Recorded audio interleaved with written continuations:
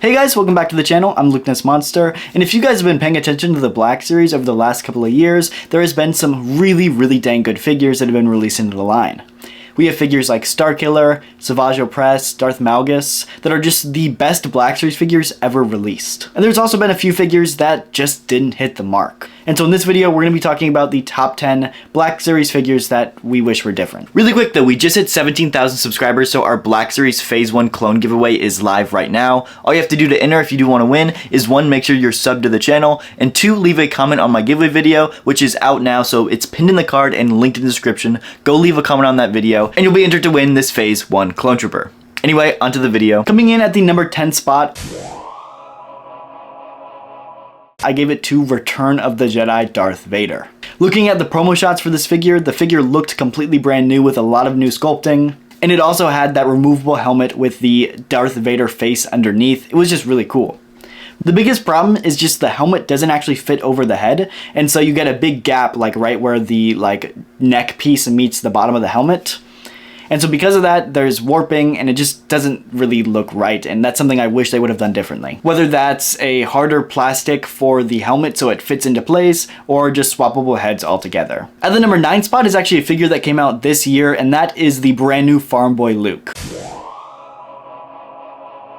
From the neck down, this is one of the best Black Series figures we've ever gotten, and it is a long-awaited update. The original Farmboy Luke looks like a napkin. It just doesn't look good. It has this cloth for the shirt, and it's by far dated. It's got a peanut-sized head. It's just really tiny, and so it's a figure that desperately needed an update for years. And so they finally announced a brand new Farmboy Luke, and this is the figure that we got. From the neck down, it looks great, but the head sculpt doesn't look like Mark Hamill. The hair is like matted down and flat, so it doesn't even look like Luke Skywalker's hair. He's almost got like a bowl cut, and the face just has this dead man stare to it, like he's looking at his aunt and uncle who just died. It just does not look good at all. I've done a face swap on mine, and I think it really helped the figure, but this is a figure that could have been so much better, and there's a lot of hype around it, and it just didn't quite hit the mark. At the number 8 spot is pretty much all of the releases for the standard B1 Battle Droid.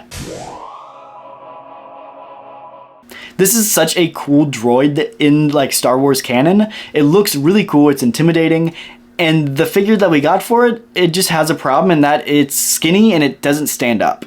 It does have this heavy backpack, so it's a little back heavy and it wants to tip backwards whenever you stand it up. And there's no real support in like the thighs to balance it. And so it just doesn't want to stand up. Once you have this figure, you move it around, the legs get loose as well. And that's the biggest problem, is it's just a figure that I want to pose and I just can't because I can't get it to stand up. So this is a figure that I really want a new version of that has updated legs, more articulation, just so you're able to get it to stand up and look good. At the number 7 spot is another Luke Skywalker figure, and that is Bestin Luke. This is another one that came out with like the orange or the blue line, and then it did get a re-release for the 40th anniversary of Empire Strikes Back in 2020, and that means it did get a photo roll update, which is something that needed a photo roll update, but for the most part, this is a figure that just needed a completely brand new sculpt head to toe. The articulation on this guy is really poor, the sculpting is really dated, and of course, the Mark Hamill likeness is just not there. He's got this like bright banana yellow hair as well, and it's just something that I really wish they would have updated when they re-released this figure. And so now here we are 5 years later with still no modern Bestin Luke, and I think that's one of his most iconic outfits, so it's a figure that I really hope Hasbro decides to remake here in the near future. Any figure that is supposed to be a Clone Commando. And that's because it reuses the Hunter body from the Bad Batch, and for the most part the armor is accurate, but the main thing is the chest is different. The Commando armor kind of has this big like black collar piece for the chest piece, and Hunter's armor did not have that. And so it is completely left out on the Black Series version. Of course, there are a lot of complaints that the armor just isn't bulky enough as well, and I completely get that. I think the argument there is just that this armor is based off of like the Clone Wars design, and in the Clone Wars, it's just not quite as bulky. It's missing the shoulder pads. It doesn't have like the custom hand plates either. It's just missing a lot from the original design, and I think that just has to do with the way it translated from more realistic to animated look. But regardless though, the big missing like chest collar is the biggest problem. Next up is 2 figures in one because they kind of go side by side, and that is Balin Skull and Shinhhati. There was a lot of hype around these figures when they were first announced. And then we got them in hand and they just didn't go over very well, and that's because of the height. These figures were the exact same height. Balin Skull, whose actor is 6'3", as well as Shinhhati, whose actor is like 5'9". The figures were the same height, they were both 6 inches tall, and that's just not how it should have been. Balin towers over Shinhhati in the show, and they just didn't get the heights right on these figures at all. I don't know what they were thinking there.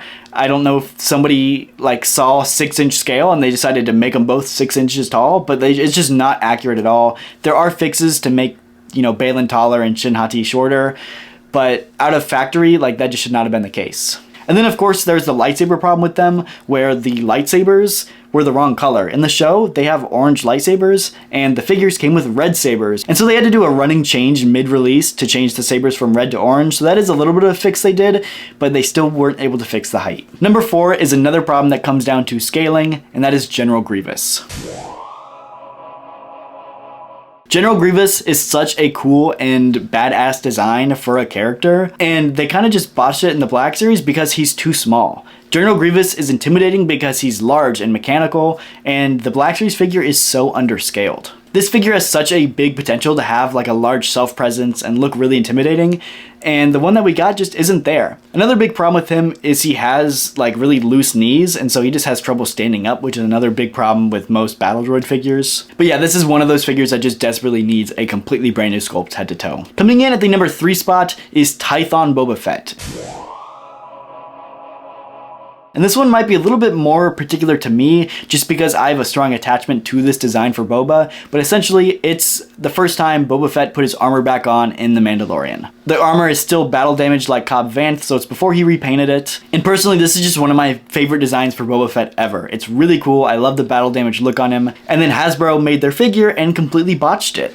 It reuses the Book of Boba Fett torso, which has these kind of like cloth shoulder pads that go over top of his Mando armor. And the problem is, that's great for the Book of Boba Fett outfit, but for the Tython Boba, it doesn't have those shoulder pads. The Tython Boba is supposed to be essentially the same overlay as Cobb Vanth's armor, and they just reused the Book of Boba Fett overlays to cut costs so they didn't have to make a new mold. And I understand why they did it, but it completely ruins the figure, it makes it inaccurate, and it's one of those figures I was so excited for, and it's completely ruined in my eyes. Coming in at the number 2 spot, I had to give it to Vizsla.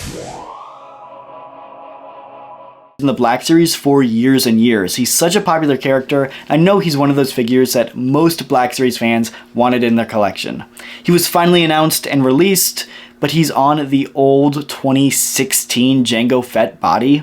That figure has the worst problems ever with articulation and sculpting. You can barely get him to any natural poses. The feet are like rounded on the bottom, and so all the figure wants to do is rock back and forth on the shelf. It's impossible to get any figure on that Jango Fett body to stand up. And that's the biggest problem, is we have such a cool potential for a really good figure, and it's just ruined by the really crappy sculpt that came out in 2016. This is one of those figures I really wish they would redo on some of the more modern Mandalorian bodies we've been getting, but unfortunately it just never was. And then coming in at the number 1 spot, I have to give it to ARC Trooper 5s. Now I know, on the surface, ARC Trooper 5s looks pretty good overall, but there are some minor nitpicks that I have, as well as one big nitpick. But if you guys know me and you've watched my channel, for years and years I was campaigning for Hasbro to make a Black Series 5s, and then when they finally made it, it just did not hit the mark. The biggest problem, of course, is the helmet decal. The helmet decal is so small. On the actual design for 5s, it's supposed to pretty much go all the way to the edge of his visor line at the brow. And on this one, it's like in the middle of his forehead. It's not nearly big enough, and I don't understand what went wrong here. The Vintage Collection figure, it works perfectly fine and it looks great, but the Black Series figure just didn't get the right treatment on the decal. And that completely ruins the figure for me. Then the other biggest problem is it's just missing a large paint app on the shoulder pad. If you guys didn't know, 5s has one gray pauldron and then one black pauldron. And for some reason, they made this 5s figure have 2 gray pauldrons, and they completely just missed the black pauldron altogether. This one's a minor nitpick that most people wouldn't notice, but it's something that I noticed immediately because it's pretty iconic to 5's design. And it's another thing where the TVC figure nailed it. It's perfect on the Vintage Collection figure, but not on the Black Series figure.